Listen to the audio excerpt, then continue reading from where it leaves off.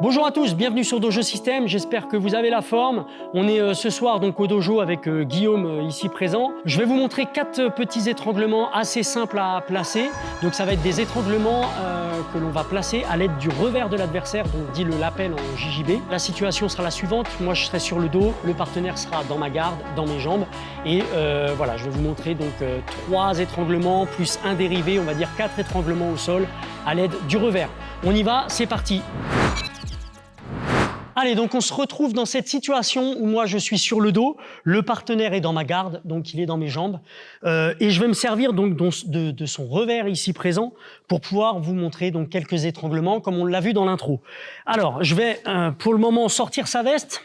Ok, alors je vous rappelle juste qu'en judo, il est interdit maintenant de déshabiller l'adversaire pour sortir la veste.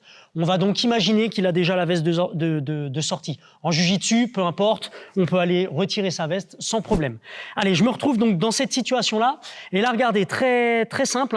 Ce que je vais faire dans l'idée ici, c'est que je vais venir prendre en bout de veste et je vais essayer de tirer un petit peu sur la corde de la veste pour donner un petit peu de mou. Il va me falloir du mou pour cette technique-là. Et là, donc, le bout de veste, ici, je vais le passer derrière sa tête. Donc, je vais venir donner à manger à ma main gauche, ici, pour le passer derrière la tête. Ma main droite, maintenant, va pouvoir venir s'infiltrer. Vous avez vu, ça fait un petit tunnel ici. Et je vais pouvoir infiltrer mon bras droit. Et là, regardez, je vais venir récupérer son avant-bras, enfin, mon propre avant-bras ici, en fermant mes phalanges pour que je puisse le compresser au niveau de la trachée. J'ai bien cet os-là, donc, qui est le cubitus, en prolongement du coude, cubitus comme coude, qui va venir écraser la trachée et venir fermer un petit peu les jugulaires et mettre la pression sur les jugulaires. Donc je vous remontre ça. Première technique, regardez, hop, je sors la veste, je donne à manger à ma main derrière, je viens enfiler mon bras droit à l'intérieur, je reviens, vous avez vu, je viens pivoter ici, rotation, je viens attraper mon propre revers et pour finaliser cet étranglement, je vais venir tirer un petit peu sur le cordage du kimono et de la veste ici et bien sûr, serrer un petit peu le tout.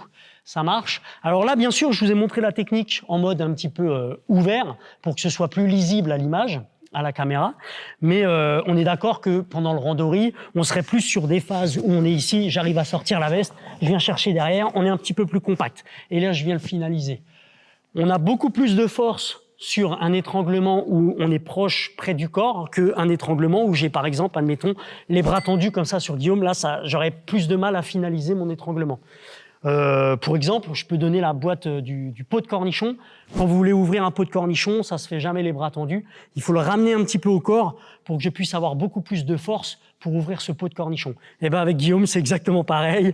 L'idée, pour avoir un peu plus de force pour l'étrangler, il va falloir que je vienne le ramener un petit peu ici. Ok, donc gardez ça en mémoire pour les autres étranglements qui vont suivre. Et puis on va tout de suite passer au deuxième étranglement. Allez, sur cette deuxième version, alors c'est un peu la même que la première, sauf que je suis en inversé, en mode un petit peu symétrique. Donc voilà, on sait que, admettons ici, ça passe pas de ce côté-là, il me bloque, il me gêne, etc.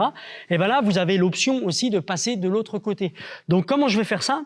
Je vais venir donner à manger à ma main gauche, mais devant sa tête, ici. Là. Et cette main-là, maintenant, va donner à manger à la main droite en passant derrière. Donc, je me retrouve un peu dans la même situation que tout à l'heure. Ici, on est d'accord? Donc ici, je viens récupérer le bout de la veste. Alors, prenez bien le bout de la veste pour avoir le plus de longueur possible. Si je suis trop court, je vais avoir du mal à enfiler mon bras après à l'intérieur. Voilà. Donc, je viens chercher le bout de la veste ici. Et l'idée aussi, c'est de le ramener encore un petit peu à moi parce que vous avez vu que si il est un petit peu trop haut au niveau de la tête, là, je peux plus passer en dessous. Donc, ce qu'il faut, c'est le garder un petit peu près du corps. Et là, maintenant, mon bras gauche, c'est lui qui va faire le travail. Il va passer à l'intérieur. Et là, je me retrouve à peu près dans la même situation. Je viens saisir mon avant-bras. Alors, pas au niveau du coude, encore moins au niveau du biceps. J'ai bien dit l'avant-bras. Vous pouvez même, pourquoi pas, remonter. Et là, il le sent, la pression. Remonter au niveau du poignet. Pourquoi? Parce que ça va tout de suite appuyer sur la jugulaire de ce côté-là et c'est encore plus efficace.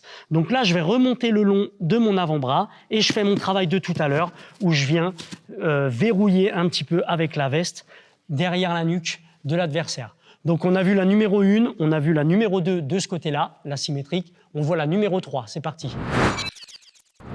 Ok, troisième version, c'est dans le même esprit, hein, c'est toujours en continuité de ce qu'on a vu au tout début, sauf que là, maintenant, je vais essayer de gagner un temps, et gagner un temps, ça veut dire que j'ai déjà ma main, vous avez vu ma main gauche qui va venir ici, sur la petite poche du kimono de l'adversaire, au niveau de la clavicule ici. Je vais saisir le kimono comme ça. Ici, au niveau du revers, je vais plus le prendre en supination, mais je vais venir en pronation. Ok, donc pronation, je prends, supination, je supplie. Voilà, pour le petit mémo. Donc je suis ici avec le revers de l'adversaire dans les mains. Je suis toujours en bout de revers. Et si j'ai pas assez de mou, je tire un petit peu plus fort. Maintenant, ce qu'il va falloir faire, c'est une action-réaction. Donc ici, je vais venir le compresser un petit peu sur moi.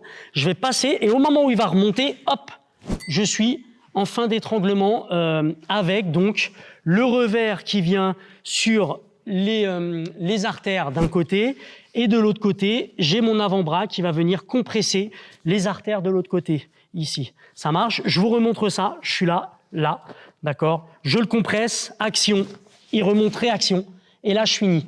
Je peux garder soit la main au niveau de la clavicule, soit, comme on l'a vu tout à l'heure, je peux revenir reverrouiller, c'est encore plus efficace de finaliser en venant verrouiller sur l'avant-bras.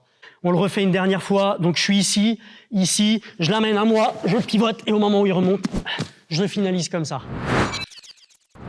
Voilà, c'est assez rapide, on passe déjà à la quatrième version, où ça se complique un petit peu, mais vous allez voir que c'est assez efficace également.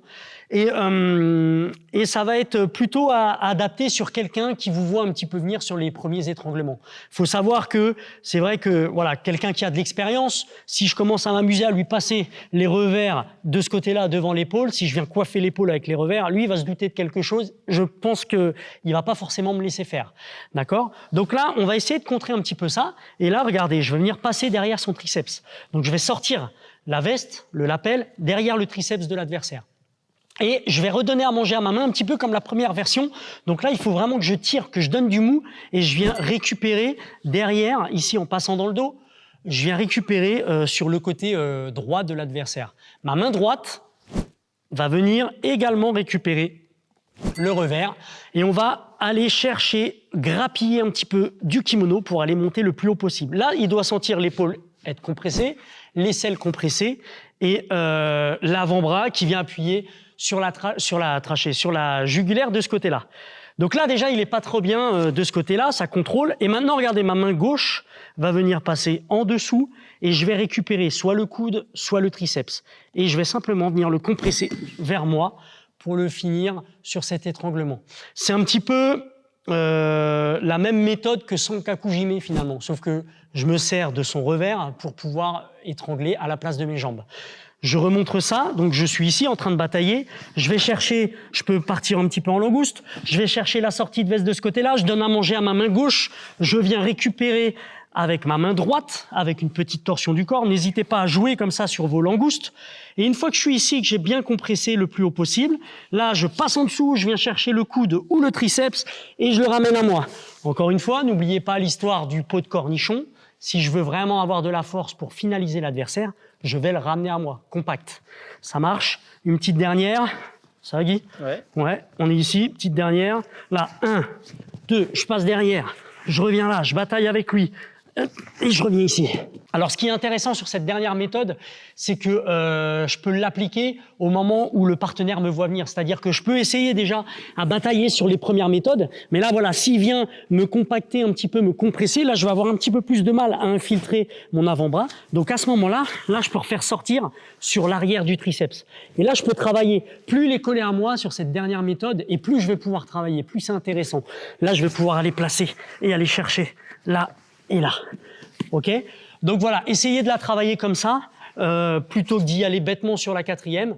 Tentez d'abord les 3 premières, et puis si vous voyez que le mec il vient un petit peu trop vous compresser, et ben à ce moment-là, je termine sur la 4e méthode où je vais passer derrière le triceps et finaliser sur ce dernier étranglement. Ok, on termine cette petite vidéo avec donc les 4 techniques, avec un petit récapitulatif. On va le faire de manière un petit peu plus virulente. Et puis voilà, une petite situation semi-réelle, on va dire. Donc on va imaginer toujours que la veste est sortie. Je vous remontre La première technique, donc j'ai le partenaire dans les jambes, pensez à mettre les crochets ici. Voilà, j'ai la veste ici. Là, je suis un peu au contrôle. Je viens chercher, donc donner à manger à la main gauche ici. Regardez, j'ai fait le creux et je vais aller chercher mon étranglement numéro 1. Le numéro 2, c'était la même chose, sauf que je passais de l'autre côté. Donc pareil, je suis en randori, je suis là, je vais passer la main de l'autre côté en saisie, je passe l'avant-bras à l'intérieur, je finalise ici. La numéro 3, c'était un peu la même, sauf que je gagnais un temps. Au lieu de m'embêter à passer le bras, je gardais la main ici en contrôle sur l'épaule. Donc je suis là, et n'oubliez pas, hop, pardon, ici je suis en pronation, on y va.